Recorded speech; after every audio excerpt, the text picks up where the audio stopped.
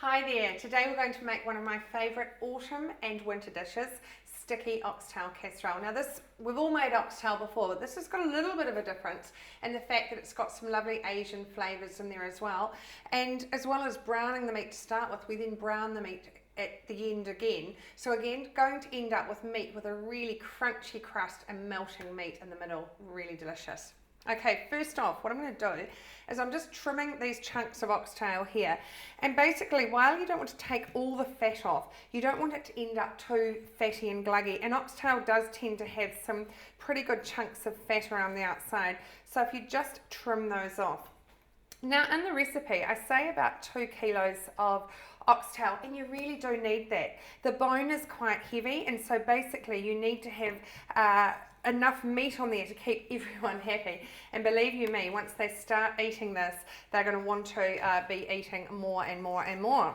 So let's just flick that off. Not too fussy, and what you can do as well is a really great thing to do is make it the day before, and that way you have the ability to scoop off any excess fat at the once it cools down and you've refrigerated it, scoop off the excess fat and then reheat it again. Now I'm just going to flour the meat. As you'll see, my flour's not seasoned. We've got plenty of other flavours going into the dish. We're not going to add any salt at all because with soy sauce in there, it's going to end up, I think, with more than enough of a salty flavour. But at the end, you can add some if you feel inclined to do so. So we're just going to just coat that in flour so we get a nice brown crust happening, and also that helps to thicken everything up. So I'm just going to sit that there for the moment. Pop that fat aside, draw this in closer, and I'm actually doing this slightly a roundabout way because we're going to put everything, all the other lovely flavour ingredients into the casserole first. So I've got 2 star anise. Now, once upon a time, only in Asian specialty stores, thank goodness they're now in supermarkets, you get them in your regular spice mix. Make sure you take them out before you eat, because if you bite into one of those, you really do know about it, and it's not that pleasant. So that's going in there. I've got some ginger. As you can see, it's looking a bit icy. I keep my ginger in the freezer. I think it's a really good way of keeping it fresh. You can then buy a decent sized knob, pop it into a bag, into the freezer. I never take the skin off. I just simply am going to slice that, and as you can see, it's straight from the freezer, which it is. You know, it's been there for ages, it's been out for a few minutes, and all you have to do is let it sit there and then a few minutes, and then it's easy to slice. We've got a red chilli. It looks like a long chilli, but of course with chilies, the larger the chilli, the milder the flavour, so you're not going to have to worry about this being too hot. We are going to take the seeds and the membrane out, the membrane just being the white inner part of the chili, and that's where most of the heat is stored. So by getting rid of those seeds, you're actually getting rid of a lot of the excess heat, because in this, while we want a little bit of heat, we're basically looking for good flavour as opposed to a hot spicy dish. So I'm just going to just slice up. Oh, a couple of seeds made it through. There we are. We'll just pop that chili into the pan. Pop those seeds to the side. Beautiful kaffir lime leaves. Now, I'm lucky enough to live in a very temperate climate where kaffir limes grow really easily, and I have got a tree. I'm just going to sort of tear that a little bit, drop it in. I did say 2 leaves, but because these leaves are particularly small, I'm going to go for 3. If you don't have access to kaffir lime, what I'd suggest doing is even just adding a little bit more lime rind. I know that limes also are from warmer climates, but what you can do now is lemongrass will be a really suitable alternative, and they have that in jars in the supermarket. So just add maybe 1.5 teaspoons of lemongrass, and that will give a lovely citrus component. But I'm going to grate my lime rind. I think I said about a teaspoon of this in the recipe. And what you can do is, if you get to the end and you think, oh, then there needs to be a bit more of this or a bit more of that, just change your flavours to suit, because we all think differently and we all like different flavours. Okay, a strip of orange peel. Now when you do that, just cut it off really finely. You don't want to get the white pith from underneath, because that's where the bitterness is. You just want to get the orange from the top, so just peel that. You get a little bit of pith, but just not too much. That's going into there along with soy sauce.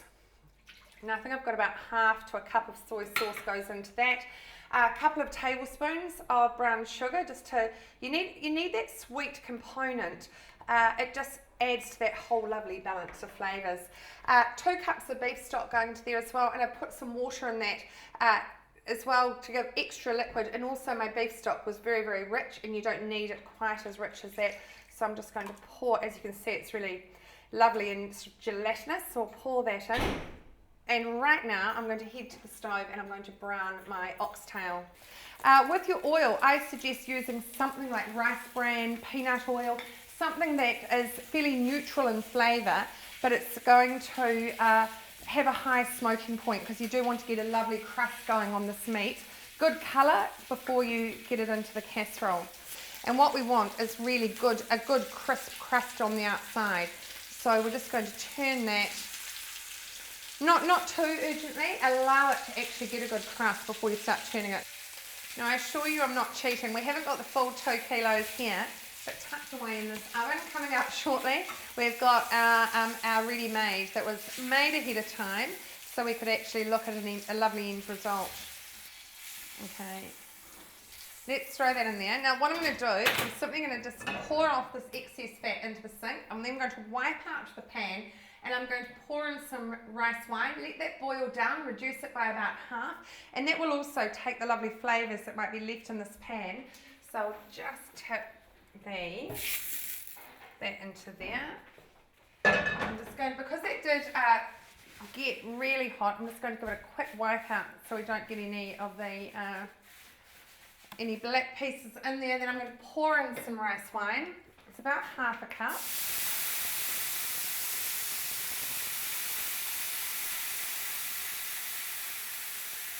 We'll just let this bubble and reduce for a minute or two, and then we'll pour that into the oxtail. I'm also going to put some baking paper over the top of that, lid on, and then into the oven for about 4 hours around, because you want it to really melt. You want that meat to be coming off the bone. And then we're going to do an extra trick, which I'll show you right at the end. But by putting the baking paper over the top, in between the lid of the casserole and the meat, what you're going to do is you're going to prevent all that liquid from evaporating. So it keeps it lovely and moist underneath. And even if the meat is above the liquid level, it's still not going to dry out. Now, if you don't have rice wine, you can use sherry. Do you know what? I've got a pan that's got a spinning handle. Not the best. Baking paper on top of that, lid over the top, and then basically it's just now going to go into the oven. We're going to forget about it completely for a good 4 hours. Okay, this oxtail, the one I prepared earlier, has had a good 4 hours in the oven. Let's have a look. Oh, can you smell it from there? It's beautiful, isn't it? Okay, so I'll lift off the baking paper, which we don't need anymore. And here inside we've got absolutely, look at that, beautiful, sticky, melting oxtail. So what I'm going to do now, actually 3 pieces to start with enough. So what I'm going to do now is take this to the pan where I'm heating up some more oil behind me. Now this, you don't have to do this, but this to me is what defines this dish as being really extra special. And that is, we pop the meat into the pan, watching it for hissing and spitting. And we're just really, really quickly going to, I've got oil in the pan, I've got it nice and hot, and I'm just very, very quickly going to brown this oxtail off and just add to that crust on the outside. We've already got some crust on the outside, but let's just add to that even more. Now what I would do ordinarily is serve that with rice, some steamed jasmine rice. Put some greens around it, something like some wilted bok choy. What you can do then is either reduce the sauce down, or you can actually simply drizzle the sauce over as is with your rice, with your bok choy, and there you have delicious sticky oxtail.